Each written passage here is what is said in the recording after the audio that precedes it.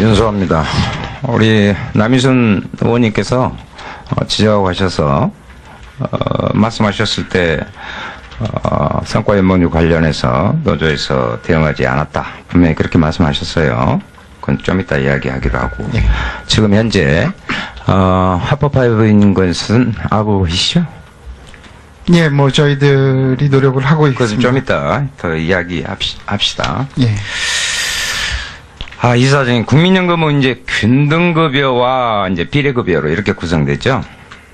예, 예. 예. 이제 가입기간이 동일할 경우에 소득 계층에 상관없이 균등급여는 동일합니다.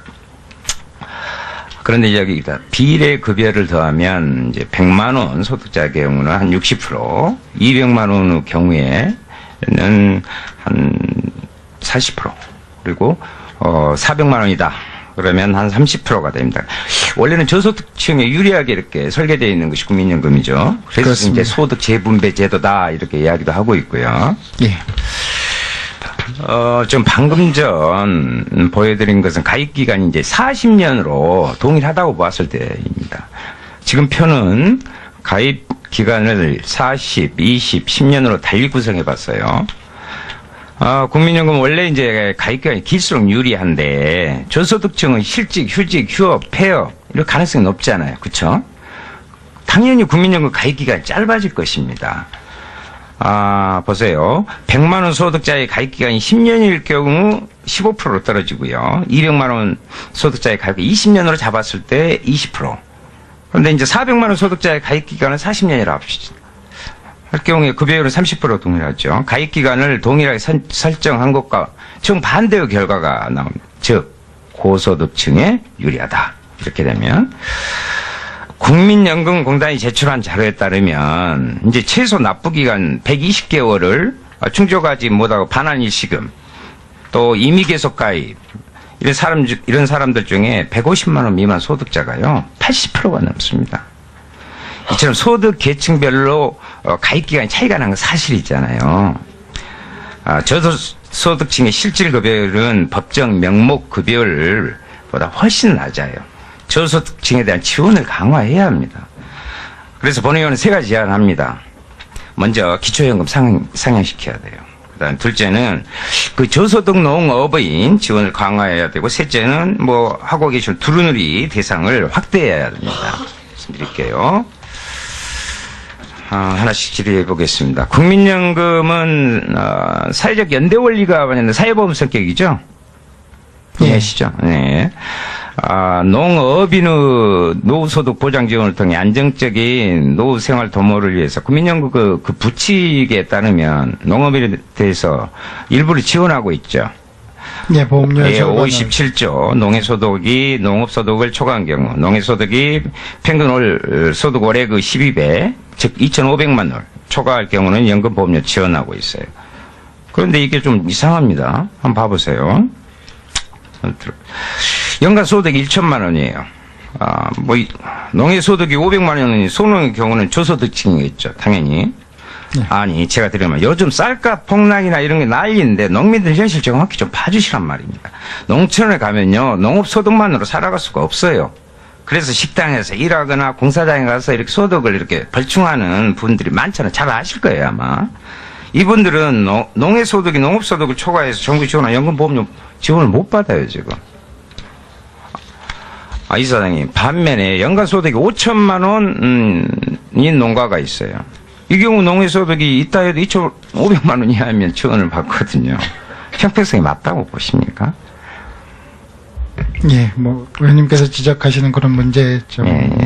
그래서 소득이 1천만 원 이하인 농민은 지원을 못 받고 소득이 5천만 원 이것도 지원을 받을 수 있다. 이 모순점. 과세소득이 1천만 원 미만 농민이 실은 2만 한 1,000명 정도 주게 돼요. 그리고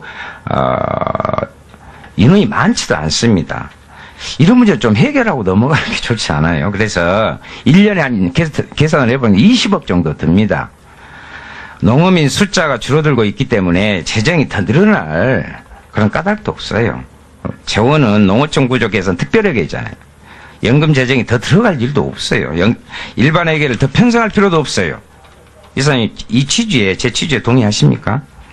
복지부와 이제 협의해야 할 일이지만 연금공단도 함께 좀 노력해 주시기 바랍니다.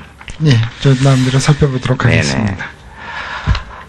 기초연금 수급률 관한 문제인데, 기초연금 우리나라 불평등한 이렇게 심화된 사회에서 노인들의 소득 불균형을 해소한다는 것, 삶의 질을 보편적으로 보장한다는 것, 고령화로 인한 사회적 문제를 감소시키는 고려할 때 현재보다 지급액이 상향될 필요가 있다.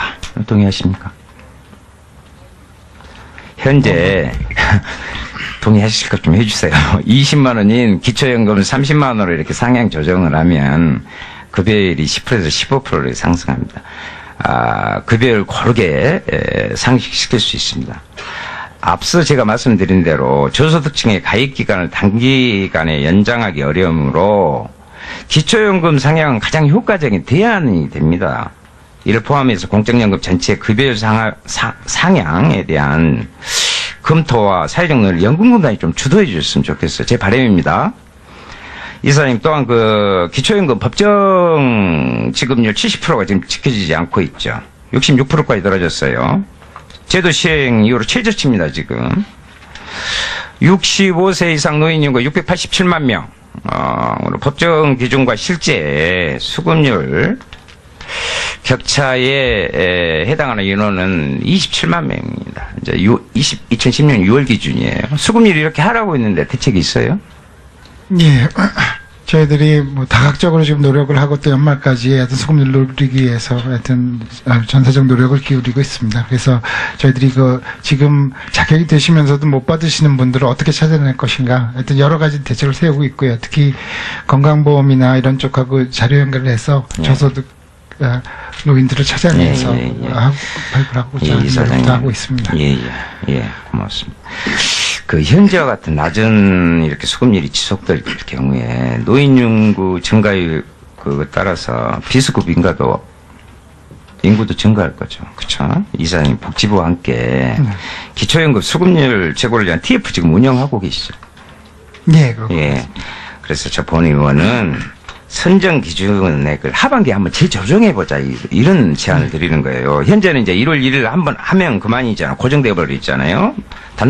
올해는 단독 가구 기준 100만 원이에요. 상반기 이제 수급률이 계속 하락한단 말이에요. 그러면 이를 반영해서 하반기에 선정 기준에 상향 조정해야 될 거 아닙니까? 그래서 이사장님, 본 의원 이렇게 정중히 제안 드립니다. TF에서 적극적으로 한번 논의해 주시기 바랍니다. 그래서 좋은 결과를 만들어내게요. 그렇게 해 주시겠습니까? 예, 그래서 그러지 않아도 저희가 현재 복지부하고 주거자산에 대한 기준 이런 것들이 대도시, 중도시 또 농촌형 이쪽에 균형이 좀 맞춰서 그런 불이익받는 경우가 없도록 지금 협의 중에 있습니다. 이런 것들을 통해서 성과를 거두도록 하겠습니다. 예, 윤수현님 수고 많이 됐습니다. 참고로 오전 질의는 정춘수 의원까지 하기로 하겠습니다. 다음은 존경하는 새누리당 박인숙 의원님 질의해 주시기 바랍니다. 네, 새누리당 송파갑 박인숙입니다. 여러 질문이 있지만 제가 생각해서 이게 제일 중요하기 때문에 한 가지만 하겠습니다. 투자처에 대해서 말씀드리는데요. 이게 기금이 540조, 세계 3위로 정말 어마어마한 거라 많은 사람들이 저거를 나한테 투자하면 좋을 텐데 많은 사람들이 이제 그렇게 생각하실 것 같아요. 그래서 아까 용역 그런 것도 나오고 그랬는데 저는 이제 제일 중요한 게 수익성, 안전성, 공공성, 유동성, 운영 독립성 이거는 반드시 지켜져야 하는 마지막 보루죠. 그렇죠? 네, 그렇게 생각합니다. 그런데 지금 제가 어느 일간지에 사설이 너무나 마음에 들어서 제가 구태여 또 쓸 필요도 없이 이거를 대충 썸머리 요약을 하겠습니다. 지금 우리나라가 처한 가장 이제 심각한 문제가 성장의 사다리가 끊어졌다. 왜 끊어졌냐? 끊어진 게 이제 그 결과로 청년 실업, 소득 양극화, 비정규직 문제, 저출산 문제, 사교육 문제 이게 가장 큰 5개라고 보면 이게 결국 하나로 집약되잖아요. 그러니까 젊은 사람들 또 새로운 신생 기업들이 만들고 커가기가 너무 어렵다. 즉 성장 사다리가 무너졌다. 왜 그러냐? 투자 생태계가 잘못됐다. 그런 결론이거든요. 그래서 지금 보면은 적립금 540조에서 국내 투자가 84조 국내 투자가 아까 어디 보면 18.1%라고 돼 있어서 계산해 보니까 97조인데 제가 받은 데이터는 또 84조 5천억이라고 돼 있어요. 어쨌든 80 내지 90조가 국내 투자가 되니까 뭐 적은 돈은 아니라고 볼 수 있는데 그중에 84%가 대기업, 14.4%가 중소기업, 소상공인한테 가는 거는 작은 기업한테 가는 거는 창업기업 1.2%뿐이 안 돼요. 물론 그것도 1조기 때문에 적다고 할 수는 없지만 좀 더 이게 좀 활성화돼서 우리나라 성장 사다리를 좀 이어주는 창업 생태계를 많이 도와주셔야 된다 하는 이제 이 기사가 중국하고 비교를 했어요. 물론 지금의 중국 경제 상황과 우리나라 한참 이제 경제 붐일 때 그때하고는 다르죠. 그렇지만 중국이 이제 너무 거대한 창업 국가로 돼서 학교 앞에도 가면은 전부 창업 카페가 즐비하고 중국의 머리 좋은 훌륭한 젊은이들 거기 다 모여 있는데 우리나라 대학교 앞에는 먹거리와 술집, 가게들 뿐이 없죠. 우등생들은 전부 공무원 시험하고 공부 잘하는데 의대 법대 가고 창업에 대한 꿈이 없습니다. 중국은 꿈을 심어주는 시스템을 만들었는데 부자들 성공 신화가 넘쳐납니다. 우리나라 100대 부자 중에 자수성가한 부자가 몇 명이나 됩니까? 죄다 재벌 2세, 3세, 세습 부자. 이래놓고 무슨 꿈을 가지라고 합니까? 예. 우리나라에서 기업이 성공하기가 좋은지, 성공하기가 얼마나 힘든지 아세요? 예, 중소기업 육성 편지가 30년도 넘었는데 좋아지기는커녕 대기업과 하늘과 땅 사이로 격차가 벌어지고 있다. 정부 정책이 헛다리 짚고 있다. 청년 실업, 비정규직, 양극화, 저출산, 사교육이 다 몸통이 하나의 문제다. 별개 문제가 아니다. 성장 사다리가 무너졌기 때문이며 자기 힘으로 성공하는 시스템이 붕괴됐다. 이걸 복원시켜야 된다. 성장 사다리만 복원시키면 이 5가지 문제가 다 자동으로 해결된다. 뭐 이런 얘기를 쓰면서 말하자면 이제 창업할 때 자금이 부족한 거잖아요. 그러니까 투자 생태계를 만들어주는데 이제 아이디어만 있어도 자금이 없고 한국은 투자 불모지다. 대부분의 벤처기업이 자금 부족에 허덕인다. 투자만 받으면 좋은 벤처기업들이 우후죽순 생길 텐데 담보만 가지고 오라고 한다. 좋은 아이디어를 가진 회사를 알아보는 이런 눈이 있어야 되는데 네, 이 기사를 다시 읽겠습니다. 여기는 아주 국민연금을 지적을 했어요. 진짜 이렇게 되는 역적이라는 단어를 썼더라고요. 기사에서 진짜 역적은 국민연금이다. 왜 이렇게 많은 돈을 가진 데는 국민연금뿐이 없으니까 이렇게 된 거죠. 국민연금이 벤처와 중소기업 돈줄을 말리고 있어요. 코스닥 시장에서 중소기업 주식을 계속 팔아치우고 있는데 그러면 다른 기금들도 다 따라 판다. 국민연금은 온 국민이 낸 돈인데 그 돈으로 중소기업을 외면하고 대기업 주식만 산다. 이래서 되겠냐. 국민연금이 팔면 연기금 펀드들도 다 따라 판다. 코스닥이 위축되고 중소형 주가 힘을 못 쓰는데 국민연금에서 이게 시작이 됐다. 시장이 침체되는데 누가 벤처에 투자를 하는가. 정부는 창업을 활성화하겠다는데 국민연금이 찬물을 끼얹고 있다. 국민연금이 벤처 생태계를 망치고 있다. 중소기업이 위축되면 국민연금 낼 일자리도 줄어든다. 중소기업 키우는 게 결국 국민연금 수익률을 높이는 것이다. 국민연금 540조 중에서 몇 조만 꾸준히 중소기업에 투자해보라고 하세요. 투자자들이 몰려들고 벤처 생태계가 살아나고 창조경제는 곧 창업 활성화가 될 것입니다. 그런데 왜 중소형주를 팔고 있는 국민연금 운용본부장을 가만 놔두세요. 뭐 이런 글입니다. 그래서 지금 4차 산업혁명도 아시잖아요. 결국은 우리 저는 주식을 별로 산 적이 없지만 어떤 주식을 살까 할 때는 자기가 공부를 해서 그 회사가 유망한 회사인지 엉터리 회사인지 노사관계는 어떤지 무슨 원천 기술을 가지고 있는지 하나하나 따져서 투자를 하면은 개인 투자도 망하지 않겠죠. 무조건 그 큰 것만 사면은 중소기업이 어떻게 되겠습니까? 그러니까 저는 이러한 4차 산업혁명에서 어떤 직업이 사라질지 어떤 기업이 사라질지 오늘 없는 기업이 내일 또 어떤 기업이 생길지 모르죠. 공부를 해야 되죠. 예. 이런 거를 이제 실력 있는 열심히 노력하는 투자자가 공부를 해서 훌륭한 기술을 알아보고 훌륭한 기업을 알아봐서 투자를 해야 된다. 그게 우리나라 경제를 살리고 이 모든 문제를 해결하는 그런 방법이 된다. 저는 그 말씀을 드리고 싶은데, 또 하나 다른 반면으로는 또 투자 잘못하면은 막 난리가 나죠. 그러니까 어느 선에서 그거는 이제 현명하게 하셔야 되는데, 거기에 대해서 좀 나머지 시간에 좀 대답을 해주시기 바랍니다. 예, 저도 그 기사는 읽어보았습니다. 네, 그래서 좀 저희가 설명드릴 것은, 국민연금기금이 대형주나 대기업에 투자만 하고 있다는 것은 사실이 아니고요. 그거는 어쩔 수 없습니다. 이렇게 저희들이 전체적으로 시장에서 차지하는 비중에 따라서 투자를 하고 있기 때문에요. 저희가 중소형주나 그 코스닥주에도 계속 투자를 하고 있고, 또 실질적으로 지난 3년 동안 저희들이 순매수를 코스닥 시장에서만도 1조 원 정도의 순매수를 했습니다. 최근에 약간의 조정이 있었습니다만은 그것은 그 어떤 포트폴리오 조정 과정에서 일어나는 것으로 이해를 해주셨으면 하겠고요. 코넥스에서는 하나도 안 사셨나요? 아닙니다. 저희가 중소형주 정확히 말씀드리면은 올해 중소형주에 한 8천억 정도 순매수를 했고요. 지난 3년간 누적으로는 그 코스닥에서 한 1조 원 정도를 순매수를 했습니다. 그래서 저희들이 계속 투자를 하고 있습니다. 그런데 또 저희들이 말씀하신 벤처 투자에 대한 투자를 높이기 위해서 최근에 저희들이 그 내부 규제에 있어서도 투자 규제 기준을 완화했습니다. 그래서 그러한 투자 좀 더 적극적으로 투자할 수 있는 방안을 마련을 했고요. 열심히 발굴하시라 그 말씀. 네, 그렇게 하고 있습니다. 그래서 그 말씀하신 취지가 오해가 없도록 저도 최선을 다하도록 하겠습니다. 예, 박인수 의원님 수고 많으셨습니다. 다음은 더불어민주당 오재세 의원님 질의해 주시기 바랍니다. 네, 청주 서원갑 오재세 의원입니다. 국민연금은 국민연금이 아니고 자산운용 회사예요. 돈을 버는 기관입니다. 국민연금 아닙니다.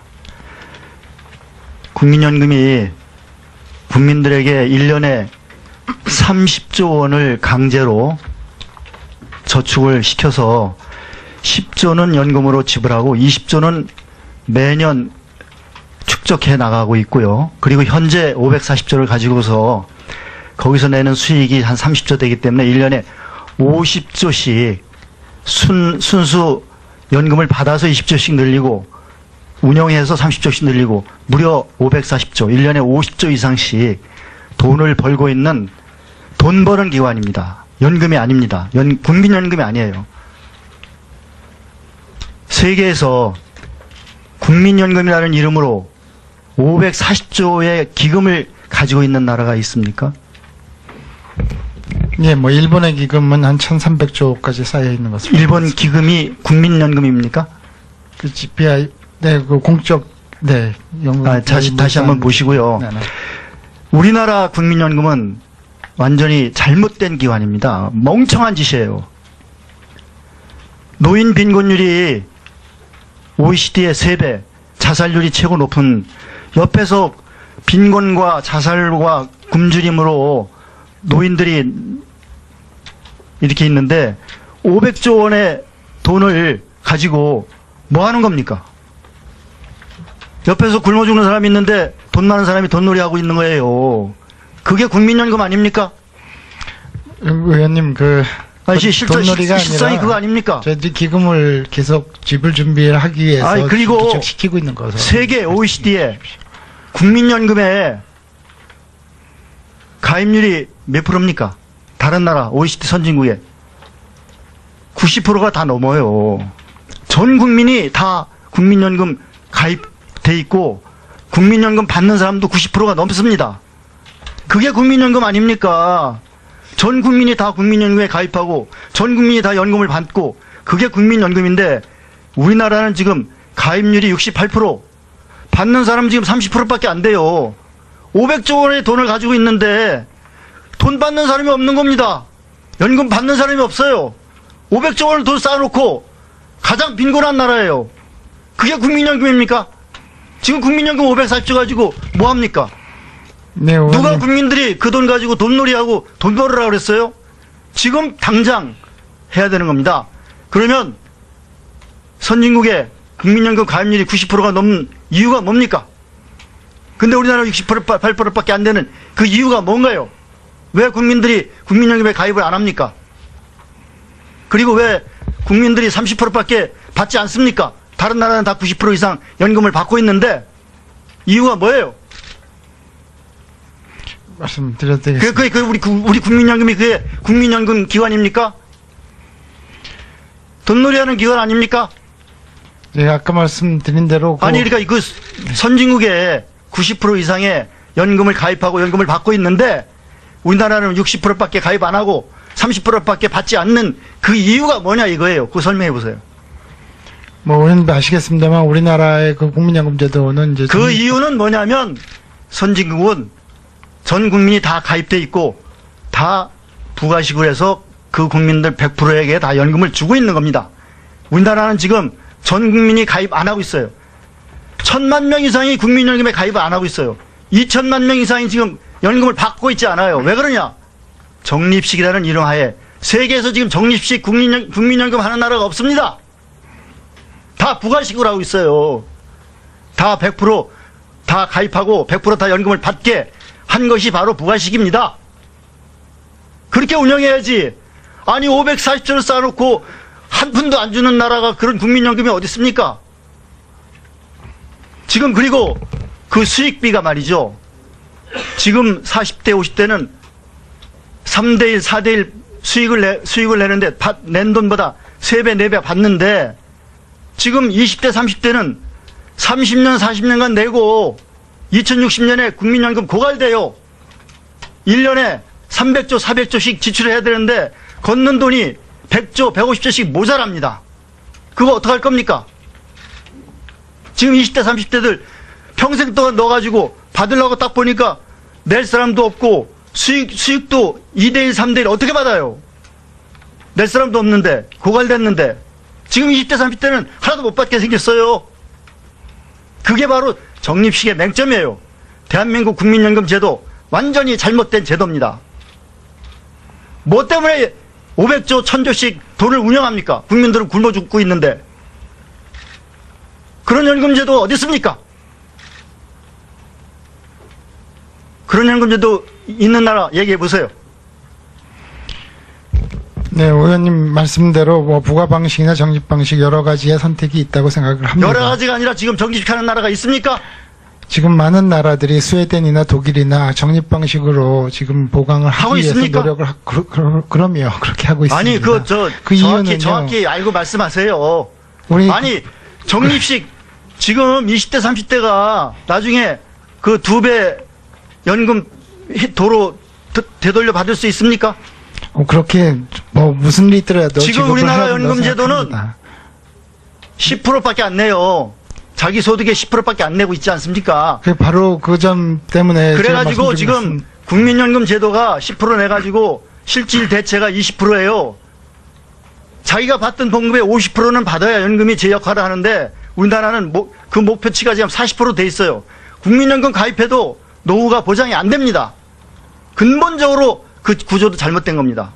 일본이 같은 경우에 낸 돈의 1.3% 되돌려 받아요. 우리나라는 지금 2배 이상 되돌려 받게 돼 있고 지금 현재 받는 분들은 5배 받고 있어요. 5배 줄 수 있는 능력이 있습니까? 그런 건 불가능한 얘기입니다. 그렇기 때문에 적립식으로 안 하고 부가식으로 하는 거예요. 그리고 전 국민에게 골고루 혜택을 주는 겁니다.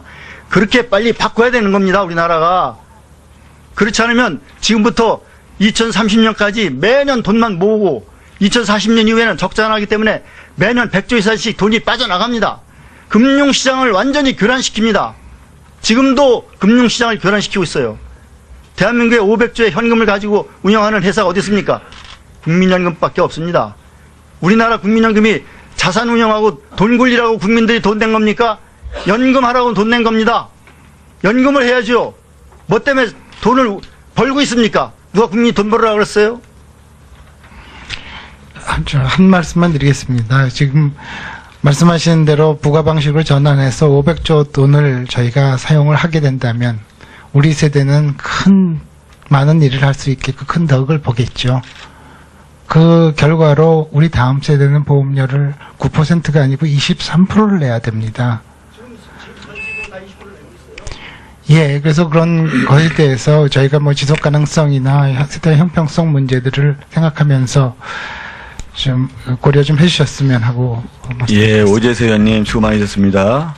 그 문영필 사장님, 지금 시청하시는 국민들께서 굉장히 불안할 수도 있기 때문에 2060년 가면 국민이 고갈된다는 오재세 의원님 지적은 맞잖아요. 그죠? 맞는데 그렇다면 20대, 30대 분의 국민연금을 내는 20대, 30대가 한 푼도 받을 수 없다는 우려에 대해서는 어떻게 설명하시겠어요? 한번 설명 좀 해보세요, 한번. 지금 말씀하시는 대로 그 2060년에 기금이 고갈된다고 하는 것은 현 제도가 그대로 유지됐을 경우, 다시 말씀드려서 보험료 9%를 저희가 60년까지 올리지 않고 그냥 간다면은 그렇게 된다는 얘기입니다. 그러나 아까 여러분이 말씀하셨지만은 우리나라의 보험료는 아직은 상당히 낮은 수준이고요. 또 고령화가 진행되면서 거기에 맞춰서 조정이 필요하다고 봅니다. 어쨌든 그런 그 조정 등을 통해서 기금 고갈을 막고, 그리고 후세대들한테 연금 지급이 보장받을 수 있도록, 또 그게 신뢰를 받을 수 있도록 제도 개혁이나 조정을 해야 된다고 생각을 하고요. 저희들이 2018년 재정 계산이 다가오고 있습니다. 그래서 저희가 지금 준비 중에 있습니다만은 그를 위한 어떤 사회적 논의를 저희가 준비 중에 있습니다. 그래서 적극적으로 참여하도록 하겠습니다. 하여튼 어떠한 경우에도 못 받는 사태가 일어나서는 안 되는 일인데 거기에 대해서 더 다음 기회에 더 정교하게 좀 답변해 주세요. 예. 네, 다음은 새누리당 성일종 의원님 질의 주시 바랍니다. 네, 서산태안의 성일종 의원입니다. 이사장님, 기관 운영을 하시면서 가장 중요하다고 하는 중요한 원칙이 뭡니까? 가장 중요하다고 생각하는 게 무엇이에요? 기관 운영하시면서 사람이라고 생각하고 있습니다. 인력이라고 생각합니다. 이 거대한 이 자본을 운영하고 하시려고 그러면 제가 볼 때는 옳습니다. 사람이고요. 사람이 있어도 독립성이 부여해야 됩니다. 예. 가장 중요한 게 기관 운영에는 독립성이라고 생각을 하는데 많은 분들이 의견을 낼 수 있을 겁니다. 또 잘하게 하려고 충원도 할 수 있고 그렇다고 생각을 하지만 기본적으로 이사장님을 비롯해서 모든 분들이 이 기관이 가지는 독립성을 훼손하면, 흔들리게 되면 절대로 운용이 어렵습니다. 그래서 그 무엇보다도 가장 큰 원칙을 정확하게 준수해 주시기 바랍니다. 이 독립성이 훼손이 되면 저는 우리 국민연금이 제대로 갈 수 없다고 생각을 합니다. 두 번째는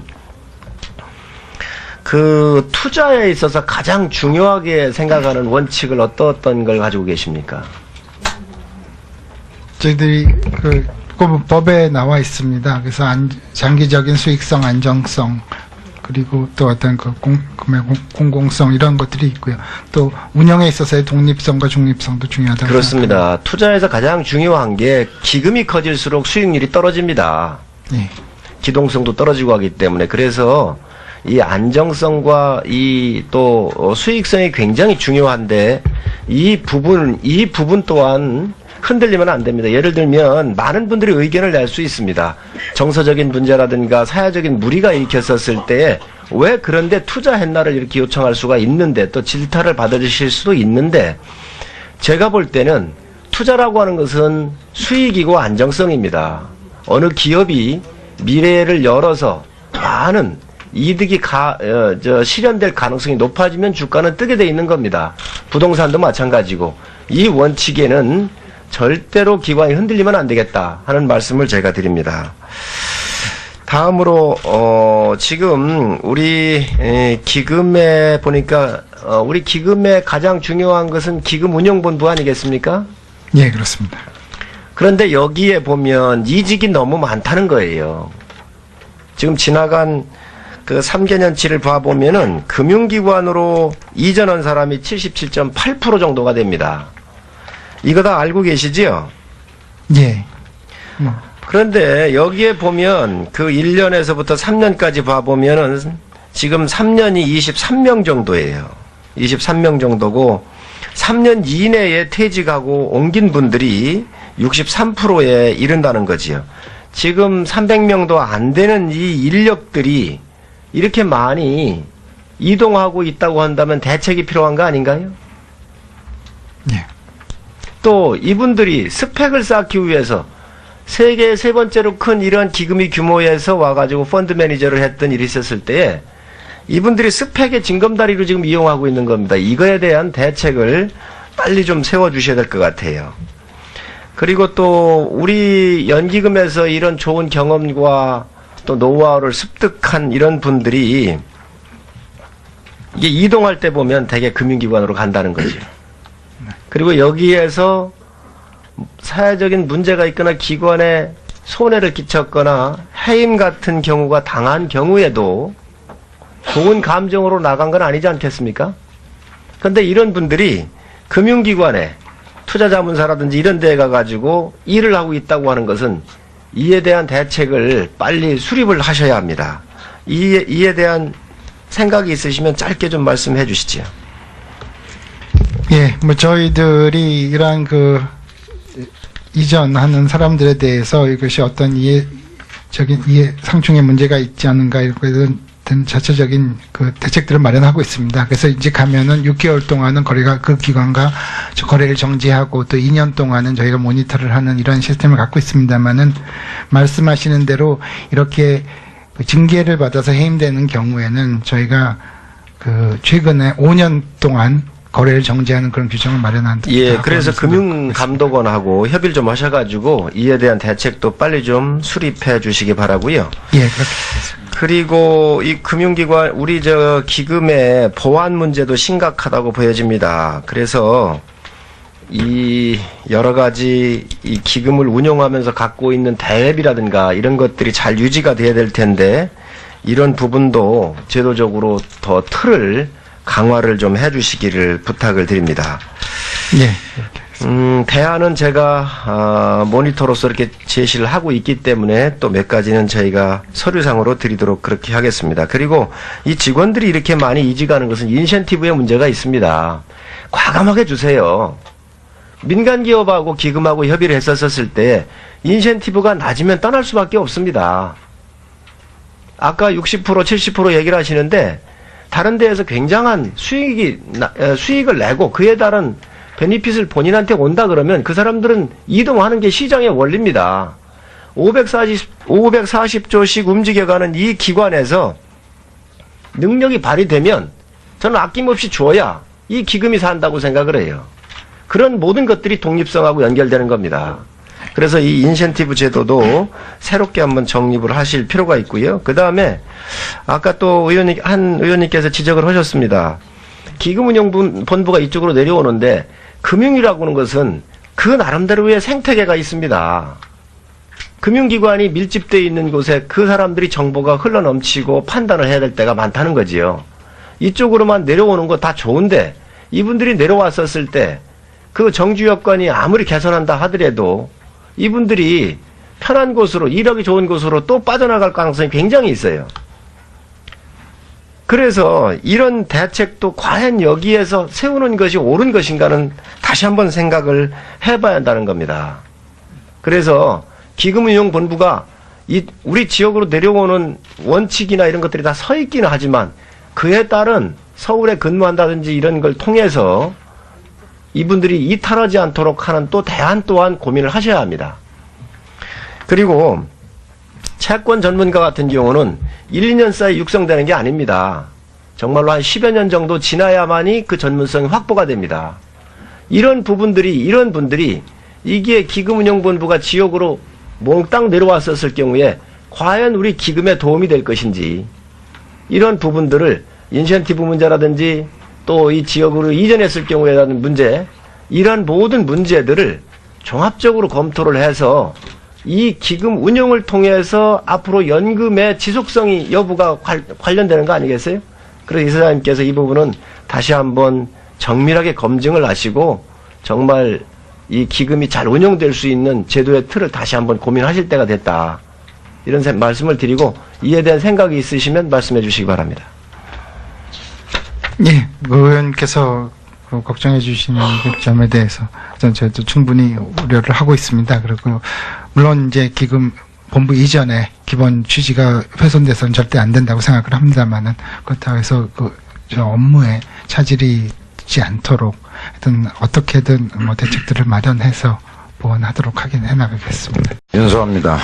우리 남희순 의원님께서 지적하고 가셔서 말씀하셨을 때 성과 연봉률 관련해서 노조에서 대응하지 않았다. 분명히 그렇게 말씀하셨어요. 그건 좀 이따 이야기하기로 하고. 지금 현재 합법화인 것은 아부이시죠? 예, 뭐 저희들이 노력을 하고 그래서 있습니다. 좀 이따 더 이야기합시다. 예. 이사장님, 국민연금은 이제 균등급여와 이제 비례급여로 이렇게 구성되죠? 예, 예. 예. 이제 가입기간이 동일할 경우에 소득 계층에 상관없이 균등급여는 동일합니다. 그런데 여기다 비례급여를 더하면 이제 100만 원 소득자의 경우는 한 60%, 200만 원의 경우에는 한 40%, 그리고 400만 원이다. 그러면 한 30%가 됩니다. 원래는 저소득층에 유리하게 이렇게 설계되어 있는 것이 국민연금이죠. 그래서 그렇습니다. 이제 소득 재분배 제도다 이렇게 이야기도 하고 있고요. 예. 좀 방금 전 보여드린 것은 가입 기간이 이제 40년으로 동일하다고 봤을 때입니다. 지금 표는 가입 기간을 40, 20, 10년으로 달리 구성해 봤어요. 국민연금 원래 이제 가입기간이 길수록 유리한데 저소득층은 실직, 휴직, 휴업, 폐업 이럴 가능성이 높잖아요. 그렇죠? 당연히 국민연금 가입기간이 짧아질 것입니다.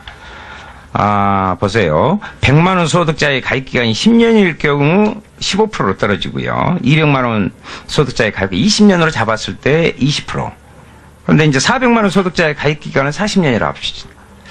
할 경우에 급여율은 30% 동일하죠. 가입기간을 동일하게 설정한 것과 정반대의 결과가 나옵니다. 즉 고소득층에 유리하다. 이렇게 되면 국민연금공단이 제출한 자료에 따르면 이제 최소 납부기간 120개월을 충족하지 못하고 반환일시금 또 임의계속가입 이런 사람들 중에 150만 원 미만 소득자가요 80%가 넘습니다. 이처럼 소득 계층별로 가입기간이 차이가 나는 건 사실이잖아요. 저소득층의 실질급여율은 법정 명목 급여율보다 훨씬 낮아요. 저소득층에 대한 지원을 강화해야 합니다. 그래서 본의원은 세 가지 제안합니다. 먼저 기초연금 상향시켜야 돼요. 그다음 둘째는 그 저소득 농업인 지원을 강화해야 되고 셋째는 뭐 하고 계신 두루누리 대상을 확대해야 됩니다. 말씀드릴게요. 하나씩 질의해 보겠습니다. 국민연금은 사회적 연대 원리가 완전 사회보험 성격이죠? 이해하시죠? 네. 농업인의 노후소득 보장 지원을 통해 안정적인 노후 생활 도모를 위해서 국민연금 그 부칙에 따르면 농업인에 대해서 일부를 지원하고 있죠. 예, 보험료 예, 절반을. 57조 농해소득이 농업소득을 초과한 경우 농해소득이 평균 월 소득 월의 그 12배 즉 2,500만 원 초과할 경우는 연금보험료 지원하고 있어요. 그런데 이게 좀 이상합니다. 한번 봐보세요. 연간 소득이 1천만 원이에요. 농해소득이 500만 원이 소농의 경우는 저소득층이겠죠. 당연히. 아니 제가 드리면 요즘 쌀값 폭락이나 이런 게 난리인데 농민들 현실 정확히 좀 봐주시란 말입니다. 농촌에 가면요 농업소득만으로 살아갈 수가 없어요. 그래서 식당에서 일하거나 공사장에 가서 이렇게 소득을 이렇게 벌충하는 분들이 많잖아요. 잘 아실 거예요 아마.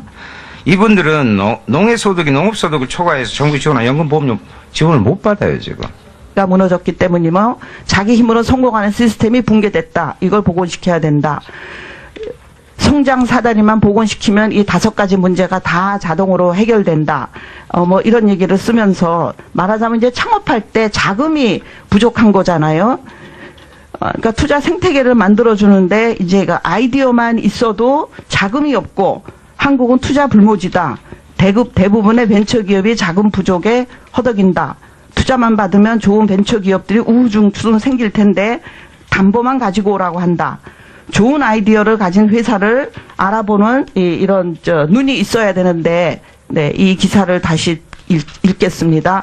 여기는 아주 국민연금을 지적을 했어요. 진짜 이렇게 되는 역적이라는 단어를 썼더라고요. 기사에서 진짜 역적은 국민연금이다. 이렇게 많은 돈을 가진 데는 국민연금뿐이 없으니까 이렇게 된 거죠. 국민연금이 벤처와 중소기업 돈줄을 말리고 있어요.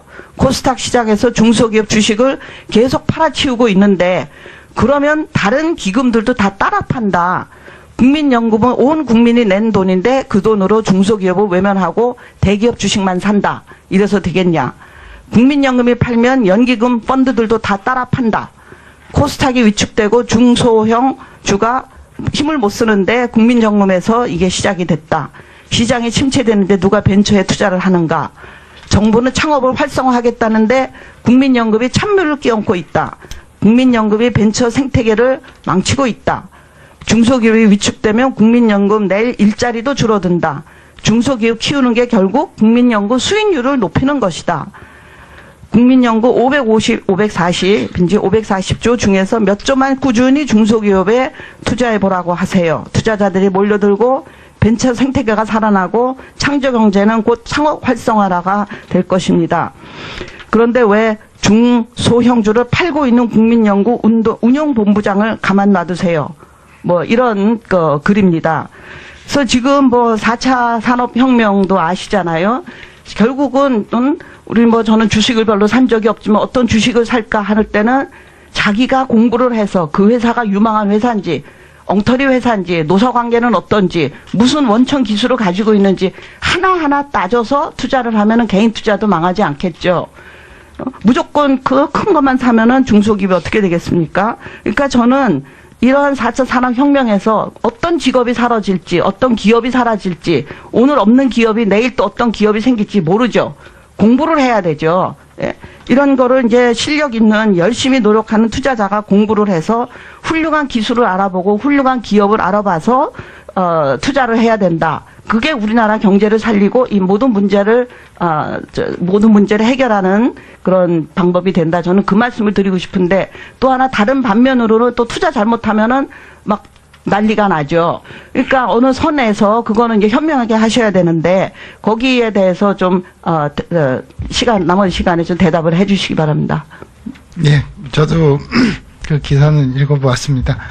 네, 그래서 좀 저희가 설명드릴 것은 국민연금기금이 대형주나 대기업에 투자만 하고 있다는 것은 사실이 아니고요. 그거는 어쩔 수 없습니다. 이렇게 저희들이 전체적으로 시장에서 차지하는 비중에 따라서 투자를 하고 있기 때문에요. 저희가 중소형주나 그 코스닥주에도 계속 투자를 하고 있고 또 실질적으로 지난 3년 동안 저희들이 순매수를 코스닥 시장에서만도 1조 원 정도의 순매수를 했습니다. 최근에 뭐 약간의 조정이 있었습니다만은 그것은 그 어떤 포트폴리오 조정. 이사장님, 반면에 연간소득이 5천만 원인 농가가 있어요. 이 경우 농해소득이 있다 해도 2,500만 원 이하면 지원을 받거든요. 형평성이 맞다고 보십니까? 예, 뭐 의원님께서 지적하시는 그런 문제점. 예. 그래서 소득이 1천만 원 이하인 농민은 지원을 못 받고 소득이 5천만 원 여도 지원을 받을 수 있다. 이 모순점. 과세소득이 1천만 원 미만 농민이 실은 2만 한 1,000명 정도 주게 돼요. 그리고 인원이 많지도 않습니다. 이런 문제를 좀 해결하고 넘어가는 게 좋지 않아요. 그래서 1년에 한 계산을 해보면 20억 정도 듭니다. 농어민 숫자가 줄어들고 있기 때문에 재정이 더 늘어날 그런 까닭도 없어요. 재원은 농어촌 구조 개선 특별회계잖아요. 연금 재정이 더 들어갈 일도 없어요. 일반 회계를 더 편성할 필요도 없어요. 이사님, 이 취지에, 제 취지에 동의하십니까? 복지부와 이제 협의해야 할 일이지만, 연금공단도 함께 좀 노력해 주시기 바랍니다. 예, 저 마음대로 살펴보도록 하겠습니다. 네네. 기초연금 수급률 관한 문제인데, 기초연금 우리나라 불평등한 이렇게 심화된 사회에서 노인들의 소득 불균형을 해소한다는 것, 삶의 질을 보편적으로 보장한다는 것, 고령화로 인한 사회적 문제를 감소시키는 고려할 때 현재보다 지급액이 상향될 필요가 있다. 동의하십니까? 현재 동의하실 것 좀 해주세요. 20만 원인 기초연금을 30만 원으로 이렇게 상향 조정을 하면 급여율이 10%에서 15%로 상승합니다. 급여율 고르게 상식시킬 수 있습니다. 앞서 제가 말씀드린 대로 저소득층의 가입기간을 단기간에 연장하기 어려우므로 기초연금 상향은 가장 효과적인 대안이 됩니다. 이를 포함해서 공적연금 전체 급여율 상향에 대한 검토와 사회적 논의를 연금공단이 좀 주도해 주셨으면 좋겠어요. 제 바람입니다. 이사님 또한 그 기초연금 법정 지급률 70%가 지금 지켜지지 않고 있죠. 66%까지 떨어졌어요. 제도 시행 이후로 최저치입니다, 지금. 65세 이상 노인 인구 687만 명. 법정 기준과 실제 수급률 격차에 해당하는 인원은 27만 명입니다. 이제 2010년 6월 기준이에요. 수급률이 이렇게 하라고 했는데 대책이 있어요? 예. 저희들이 뭐 다각적으로 지금 노력을 하고 또 연말까지 하여튼 수급률 노리기 위해서 하여튼 전사적 노력을 기울이고 있습니다. 그래서 저희들이 그 지금 자격이 되시면서도 못 받으시는 분들을 어떻게 찾아낼 것인가 하여튼 여러 가지 대책을 세우고 있고요. 특히 건강보험이나 이런 쪽하고 자료 연결을 해서 저소득 노인들을 찾아내서 발굴하고자 노력도 하고 있습니다. 예, 고맙습니다. 그 현재와 같은 낮은 이렇게 수급률이 지속될 경우에 노인 인구 증가에 따라서 비수급 인구도 증가할 거죠. 그렇죠? 이사님 복지부와 함께 기초연금 수급률 제고를 위한 TF 지금 운영하고 계시죠? 예, 예. 그래서 저 본 의원은 선정 기준액을 하반기에 한번 재조정해보자 이런 제안을 드리는 거예요. 현재는 이제 1월 1일 한번 하면 그만이잖아. 고정돼 버려 있잖아요. 올해는 단독 가구 기준 100만 원이에요. 상반기 이제 수급률이 계속 하락한단 말이에요. 그러면 이를 반영해서 하반기에 선정 기준에 상향 조정해야 될 거 아닙니까? 그래서 이사장님 본 의원 이렇게 정중히 제안 드립니다. TF에서 적극적으로 한번 논의해 주시기 바랍니다. 그래서 그 결과를, 좋은 결과를 과정에서 일어나는 것으로 이해를 해주셨으면 하겠고요. 코넥스에서는 하나도 안 사셨나요? 아닙니다. 저희가 중소형주, 정확히 말씀드리면은 올해 중소형주에 한 8천억 정도 순매수를 했고요. 지난 3년간 누적으로는 그 코스닥에서 한 1조 원 정도를 순매수를 했습니다. 그래서 저희들이 계속 투자를 하고 있습니다. 그런데 또 저희들이 말씀하신 벤처 투자에 대한 투자를 높이기 위해서 최근에 저희들이 그 내부 규제에 있어서도 투자 규제 기준을 완화했습니다. 그래서 그러한 좀 더 적극적으로 투자할 수 있는 방안을 마련을 했고요. 열심히 발굴하시라 그 말씀. 네, 그렇게 하고 있습니다. 그래서 그 말씀하신 취지가 오해가 없도록 저도 최선을 다하도록 하겠습니다. 예, 박인수 의원님 수고 많으셨습니다. 다음은 더불어민주당 오재세 의원님 질의해 주시기 바랍니다. 네, 청주 서원갑 오재세 의원입니다. 국민연금은 국민연금이 아니고 자산운용 회사예요. 돈을 버는 기관입니다. 국민연금 아닙니다. 국민연금이 국민들에게 1년에 30조 원을 강제로 저축을 시켜서 10조는 연금으로 지불하고 20조는 매년 축적해 나가고 있고요. 그리고 현재 540조를 가지고서 거기서 내는 수익이 한 30조 되기 때문에 1년에 50조씩 순수 연금을 받아서 20조씩 늘리고 운영해서 30조씩 늘리고 무려 540조, 1년에 50조 이상씩 돈을 벌고 있는 돈 버는 기관입니다. 연금이 아닙니다. 국민연금이 아니에요. 세계에서 국민연금이라는 이름으로 540조의 기금을 가지고 있는 나라가 있습니까? 예, 일본의 기금은 한 1,300조까지 쌓여 있는 것으로. 일본 기금이 국민연금입니까? 그 GPI, 네, 그 공적, 네, 연금. 다시 한번 보시고요. 네네. 우리나라 국민연금은 완전히 잘못된 기관입니다. 멍청한 짓이에요. 노인 빈곤율이 OECD의 3배, 자살률이 최고 높은 옆에서 빈곤과 자살과 굶주림으로 노인들이 이렇게 있는데 500조 원의 돈을 가지고 뭐 하는 겁니까? 옆에서 굶어 죽는 사람이 있는데 돈 많은 사람이 돈놀이 하고 있는 거예요. 그게 국민연금 아닙니까? 의원님, 돈놀이가 실상이 아니라 그거 아닙니까? 저희들이 기금을 계속 지불 준비를 하기 위해서 그리고 시키고 있는 거죠. 세계 OECD의 국민연금의 가입률이 몇 프로입니까? 다른 나라 OECD 선진국에 90%가 다 넘어요. 전 국민이 다 국민연금 가입돼 있고 국민연금 받는 사람도 90%가 넘습니다. 그게 국민연금 아닙니까? 전 국민이 다 국민연금에 가입하고 전 국민이 다 연금을 받고 그게 국민연금인데 우리나라는 지금 가입률이 68%, 받는 사람 지금 30%밖에 안 돼요. 500조 원의 돈을 가지고 있는데 돈 받는 사람이 없는 겁니다. 연금 받는 사람이 없어요.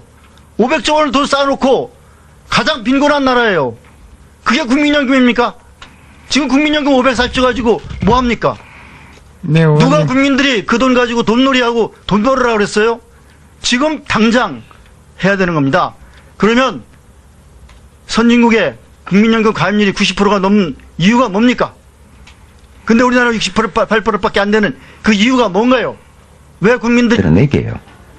그렇게 해주시겠습니까? 예, 그래서 그러지 않아도 저희가 현재 뭐 복지부하고 그 주거자산에 대한 기준 이런 것들이 대도시, 중도시, 또 농촌형 이쪽에 균형이 좀 맞춰서 그런 불이익받는 경우가 없도록 지금 논의 중에 협의 중에 있습니다. 이런 것들을 통해서 성과를 거두도록 하겠습니다. 예, 윤수아 의원님 수고 많으셨습니다. 참고로 오전질은 정춘숙 의원님까지 하기로 하겠습니다. 다음은 존경하는 새누리당 박인숙 의원님 질의해 주시기 바랍니다. 네, 새누리당 송파갑 박hin숙입니다. 여러 질문이 있지만 제가 생각해서 이게 제일 중요하기 때문에 한 가지만 하겠습니다. 그 투자처에 대해서 말씀드리는데요. 이게 기금이 540조, 세계 3위로 정말 어마어마한 거라 많은 사람들이 저거를 나한테 투자하면 좋을 텐데 많은 사람들이 이제 그렇게 생각하실 것 같아요. 그래서 아까 그 용역 그런 것도 나오고 그랬는데 저는 이제 제일 중요한 게 수익성, 안전성, 공공성, 유동성, 운영 독립성, 이거는 어디 반드시 지켜져야 하는 마지막 보루죠. 그렇죠? 네, 그렇게 생각합니다. 그런데 지금 제가 어느 일간지에 사설이 너무나 마음에 들어서 제가 막 구태여 또 쓸 필요도 없이 이거를 대충 썸머리 요약을 하겠습니다. 지금 우리나라가 처한 가장 이제 심각한 문제가 성장의 사다리가 끊어졌다. 왜 끊어졌냐? 아니, 그거 끊어진 게 이제 그 결과로 청년 실업, 소득 양극화, 비정규직 문제, 저출산 문제, 사교육 문제, 이게 가장 큰 5개라고 보면 이게 결국 하나로 집약되잖아요. 그러니까 젊은 사람들, 또 새로운 신생 기업들이 만들고 커가기가 너무 어렵다. 즉 성장 사다리가 무너졌다. 왜 그러냐? 투자 생태계가 잘못됐다. 그런 결론이거든요. 그래서 지금 보면은 적립금 540조에서 국내 투자가 84조, 국내 투자가 아까 어디 보면 18.1%라고 돼 있어서 계산해보니까 97조인데 제가 받은 데이터는 또 84조 5천억이라고 돼 있어요. 어쨌든 80 내지 90조가 국내 투자가 되니까 뭐 적은 돈은 아니라고 볼 수 있는데 그중에 84%, 84.4%가 대기업, 14.4%가 중소기업, 소상공인한테 가는 거는 작은 기업한테 가는 거는 창업기업 1.2%뿐이 안 돼요. 물론 그것도 1조기 때문에 적다고 할 수는 없지만 좀 더 이게 좀 활성화돼서 우리나라 성장 사다리를 좀 이어주는 상업 생태계를 많이 도와주셔야 된다 하는 이제 이 기사가 중국하고 비교를 했어요. 물론 지금의 중국 경제 상황과 우리나라 한참 이제 경제 붐일 때 그때하고는 다르죠. 그렇지만 중국이 이제 너무 거대한 창업 국가로 돼서 학교 앞에도 가면은 전부 창업 카페가 즐비하고 중국의 머리 좋은 훌륭한 젊은이들이 거기 다 모여 있는데 우리나라 대학교 앞에는 먹거리와 술집, 가게들 뿐이 없죠. 우등생들은 전부 공무원 시험하고 공부 잘하는데 의대 법대 가고 창업에 대한 꿈이 없습니다. 중국은 꿈을 심어주는 시스템을 만들었는데 부자들 성공 신화가 넘쳐납니다. 우리나라 100대 부자 중에 자수성가한 부자가 몇 명이나 됩니까? 죄다 재벌 2세, 3세, 세습 부자. 이래놓고 무슨 꿈을 가지라고 합니까? 예. 우리나라에서 기업이 성공하기가 좋은지, 성공하기가 얼마나 힘든지 아세요? 예, 중소기업 육성 편지가 30년도 넘었는데 좋아지기는커녕 대기업과 하늘과 땅 사이로 격차가 벌어지고 있다. 정부 정책이 헛다리 짚고 있다. 청년 실업, 비정규직, 양극화, 저출산, 사교육이 다 몸통이 하나의 문제다. 별개 문제가 아니다. 성장 사다리